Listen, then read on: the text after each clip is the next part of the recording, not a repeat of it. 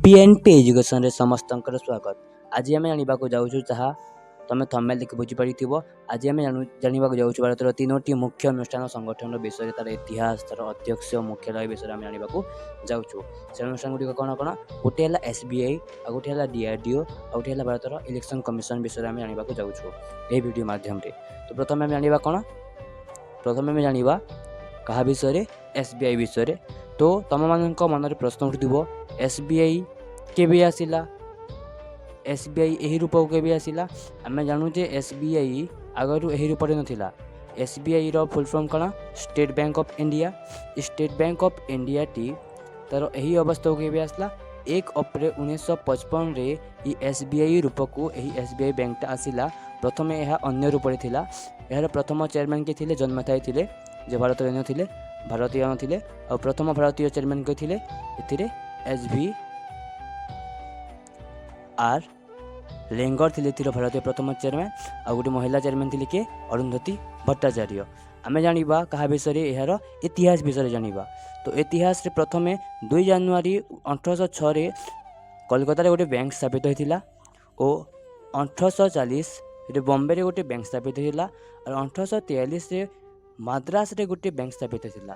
एही तीनोटी बैंक रो मिश्रण 1921 रे करा जाई गोटे इंपेरियल बैंक स्थापन करागला और से इंपेरियल बैंक की 1955 एप्रिल 1 रे कौन है तार राष्ट्रीयकरण है आउ कौन को बैंक आसिला एसबीआई बैंकटा तार वर्तमान रूप को आसिला।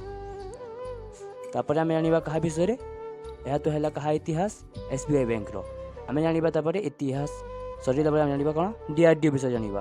तो डीआरडीओ जानी भारत सब सामरिक कार्यक्रम किए करें डीआरडीओ ही करें जेते सबू मिसाइल बम जहाँ भी तैयारी करने को पड़ो हेलिकॉप्टर फाइटिंग जेट सब किए तैयारी करे डीआरडीओ। हम जानवा डीआरडीओ रो फुल फॉर्म कौन defence research and development organisation.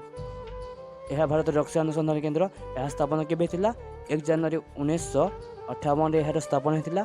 यार मुख्यालय केउठी अछि यार मुख्यालय अछि नवा दिल्ली रे अछि। प्रथम सीईओ के थिले एथिरो डीआरडीओ रो प्रथम सीईओ थिले वीएसआर अरुणाचलम थिले एथिरो प्रथम सीईओ।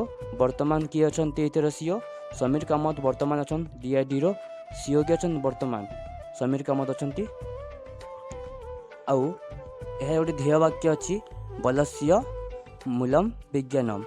आउ यार काम कौन जे यह सामरिक शक्तिर नुआ तकनीक और तकनीक विकास कर नुआ उपकरण निर्माण कर कौन डीआरडीओ। तापर आम जानवा क्या विषय इलेक्शन कमिशन ऑफ इंडिया विषय। तो election of commission of India केबे आसिला 25 जनवरी 1950 रु यह कार्य करुच्ची। यह एक संवैधानिक आयोग अटे कौन इलेक्शन कमिशन ऑफ इंडिया यार संविधान रे यार चर्चा अच्छी। प्रथम एथिरे जड़े आयुक्त रोते किंतु 1900 केते मसीह 1989 रे एथिरे गोटे सदस्य संख्या की कौन करागला 3टा कर दिगला सदस्य संख्या ताहा 1 जनवरी 1990 पर्यंत चलिला किंतु मझिने बंद रहिबा परे आउ 1 अक्टोबर 1993 रु से 3 सदस्य प्रथा ही चली आसुची।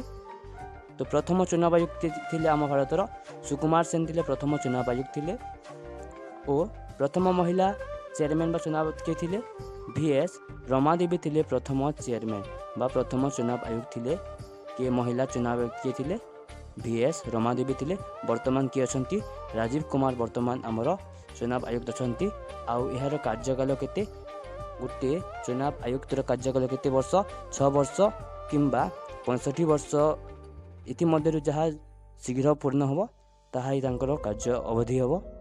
तो यह थिला आज पाई जदि तुम मानक जदि वीडियो भल लगी थाए ताहले निश्चय लाइक शेयर कमेंट करेंगे और सब्सक्राइब मध्य करेंगे। यह थिला एग्जाम पॉइंट ऑफ व्यू रे जहाँ जहाँ इम्पोर्टेंट थिला ताहा आम यही वीडियो माध्यम रे कौन कल डिस्कस कलु। जदि तुम मानक जदि किसी डाउट रहे ताहले निश्चय कमेंट करेंगे। धन्यवाद। जय हिंद।